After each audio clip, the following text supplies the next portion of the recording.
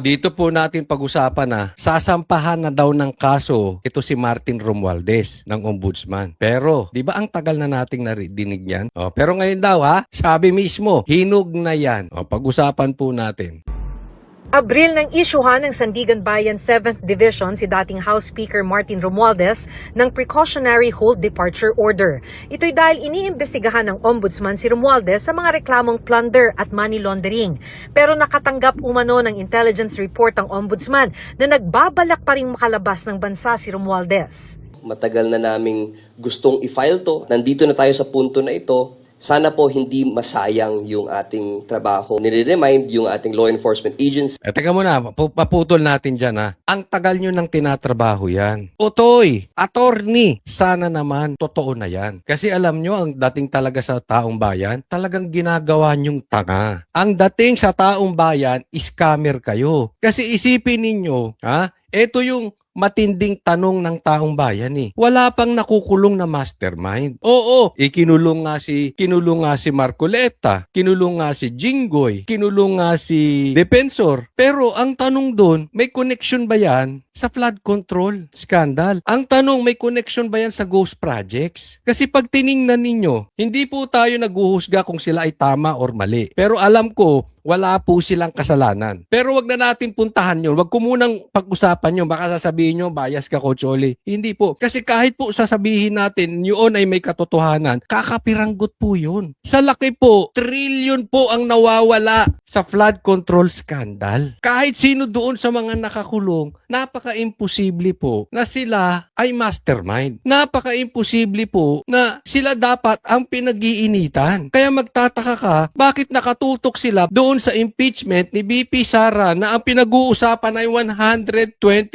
million pesos lang. Samantalang ang daming ebidensya laban sa mga ibang politiko na milyon, bilyon ang natatanggap. Di po ba? Tapos hanggang ngayon wala pa. Tapos matagal nang sinasabing may kaso. Pero kaya nga, aasahan namin yan. Dahil po hindi namin po tatantanan to. Pasensya na, Boying Remulla. Matagal na pong mainit ang taong bayan sa inyo. Marami ako natatanggap na mensahe. Coach Oli, silipin nyo naman yan. Bakit yan nakafocus sa impeachment? Impeachment.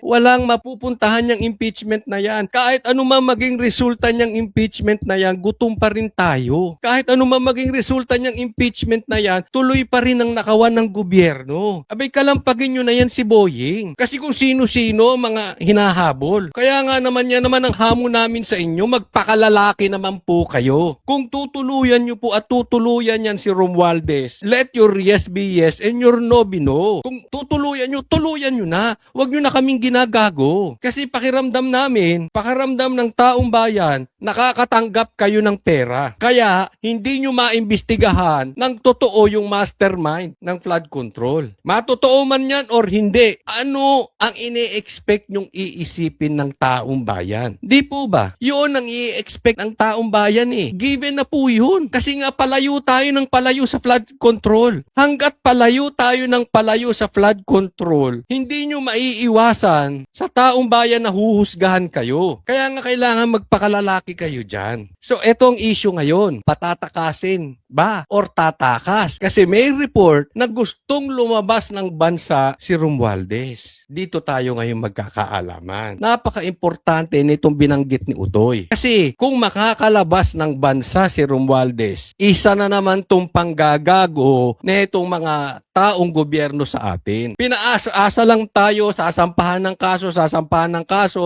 mangalawa, mga 3 araw, nakatakas na. Hindi po pwede na ganun, kaya kailangan bantayan nyo yan. Cargo nyo yan Ang laki-laki ng intelligence funds ninyo. Bago ka palang lumabas ng airport, alam nyo po ba, para doon sa mga hindi nakakaalam, meron kang pinipil-upan, nakalimutan ko na yung pinipil-upan Hindi ka basta-basta makakalabas ng bansa. So malalaman, nasa record nila yun. At dadaan ka sa immigration. Alam nyo po ba, siguro simula nang naging presidente si Bongbong Marcos at ako'y lumalabas ng bansa, bansa. Siguro mga 3-4 na beses doon. Ang tanong sa akin, government official ba ako? Oo, totoo po yan. Yan po ang tanong sa akin. Government official ba? Kung ako natatanong, kung government official ba ako? Kasi kailangan mo ng permit. May sulat bago ka lumabas. Yung klase ba ni Tambaluslos makakalabas yan nang hindi ninyo alam? Imposible po yun. Yun, Igob, naalala ko na fifilapan mo, Igob, malalaman nilang palabas ka ng bansa. So hindi yan makakatakas. Huwag po tayong maglokohan. Hindi yan makakatakas kung hindi nyo patatakasin. Ngayon, sasabihin ninyo, baka backdoor. Kasi uso yan eh. Yung iba, may mga nadidinig tayo or meron tayong, dahil sa experience natin before, na kami po ay pumupunta ng Malaysia, meron mga Pilipino doon nagba-backdoor. Sumasakay ng bangka galing dito sa Pilipinas, di ko na alam, sasabihin ko saan lugar, papunta ron. Sa Malaysia, o papuntang Tawau. Doon sa mga kakaalam, if you know, you know. Diba? Pero hindi po ako tumakas, ha? Pinapaalala ko lang dahil sa trabaho ko before, maraming mga Pilipino doon na TNT. Nasa band industry po kami. So kaya alam ko yan. Yan yung sinasabi, baka naman makakatakas doon si pambihira sa laking mama ni Romualdez, makakatakas sa inyo. Diba? Bakit hindi ninyo bantayan? Sa madaling salita, wag na po tayong magpalusot. Kasi kung gusto nyong bantayan si Romualdez, gusto nyo. Sa laki ng pananagutan niya sa Pilipinas. Whether ito ay nasa investigasyon pa lang o hindi. Sa laki po nun, nung paratang sa kanya, hindi po siya dapat makatakas. Pati na rin ang ating border control to please watch out dahil malamang sa hindi niyan, lalabas ho siya sa informal channels. Nakatakda ng mag-preliminary investigation ng Ombudsman sa reklamong plunder at money laundering laban kay Romualdez at dating Congressman Zaldico.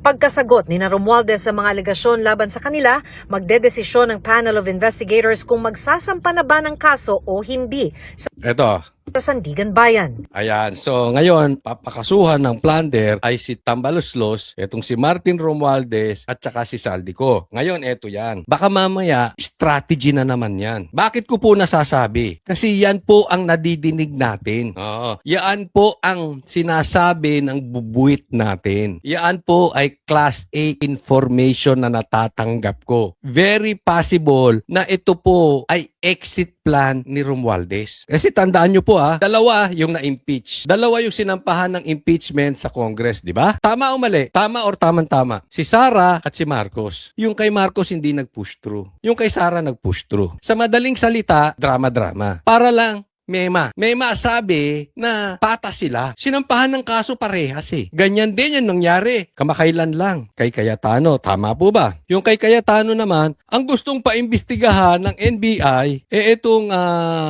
SEA Games na ang tatamaan di umano ay si Dizon at saka si Cayetano. Tapos biglang pihit ang Malacanang. Announce si Auntie Claire, absuelto na si Dizon. So naiwan si Cayetano. Tapos si Cayetano ang babakbakan. Ngayon ang usapin ngayon, sa Taguig naman sila mag-iimbestiga. Nakikita niyo halimbawa, baka mamaya eto na naman po sila. Drama na naman.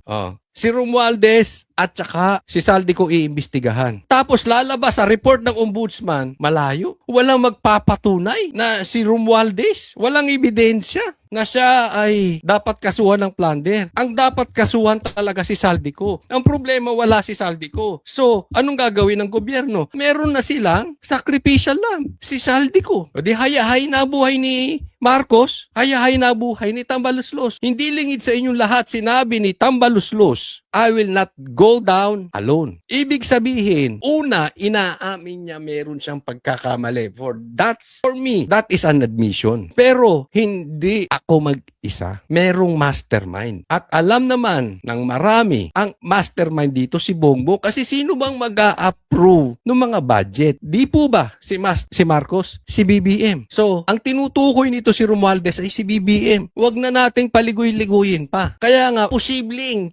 gawing escape plan itong si Zaldico. O ituturo na lang lahat nila kay Zaldico, pero si Romualdez wala talaga. So pag wala talagang kaso si Romualdez, tahimik siya. Kasi hindi nila pwedeng kakasuhan eh. Bubuelta kay Bongbong Marcos. Plunder to. Tandaan po natin, plunder din yung kinaso kay Marcoleta. At pag plunder po, kulong yan habang iniimbestigahan. Hanggang mag 2028, nakakulong yan. At pag upo ni BP Sara, tapos to si Romualdez, lalo siyang walang magagawa. Kaya gagawa po ng paraan yan ngayon. Tatakas or patatakasin. Patatakasin sa pamaraan na sasabihin hindi siya guilty or walang ebidensya or walang sapat na ebidensya laban sa kanya. Posible ba yung Kocholi? Baka katang isip lang yan ng bubuwit mo. Kung ako tatanungin, posible. Bakit? Inimbestigahan to ng ICI, di ba? Siya at saka si Sandro Marcos. May nangyari ba dun sa ICI? Di po ba wala? Kaya nga umurong agad si Magalong. Dahil nag-iimbista si Magalong, tapos ayaw na siyang pag-imbestigahin. Tapos anong nangyari yung investigasyon? Executive session. Hindi na dinig. Ano ba sinisigaw natin noon? Gawin yung live, yung investigasyon. Anong sabi nila? Oo, gagawin naming live. Nung nagsimula na ginawang executive session, narinig nyo ba na naimbestigahan si Romualdez? Sige nga, taas ang kamay. Sinong nakarinig sa inyo ng live na naimbestigahan si Romualdez? Doon lang po tayo sa totoo. Sinong nakadinig sa inyo? Sinong nakadinig sa inyo na naimbestigahan ng ICI si Sandro Marcos? Diba? Pero sino ang may kakayanan na bastusin ang flood control scandal? Si Marcoleta ba o si Romualdez? Kung ikaw nag-iisip, alam mo na sagot. Wag po yung kulay-kulay, doon lang tayo sa totoo. Sino ang may pangyarihan maglustay ng budget ng congressman? Si Defensor ba o si Sandro Marcos? Bakit si Defensor ang nakaupo? Ay, bakit si Defensor ang nakakulong? Bakit si Defensor ang pinag-iinitan? Di ba palayo tayo ng palayo? Kaya nga very possible, patatakasin to.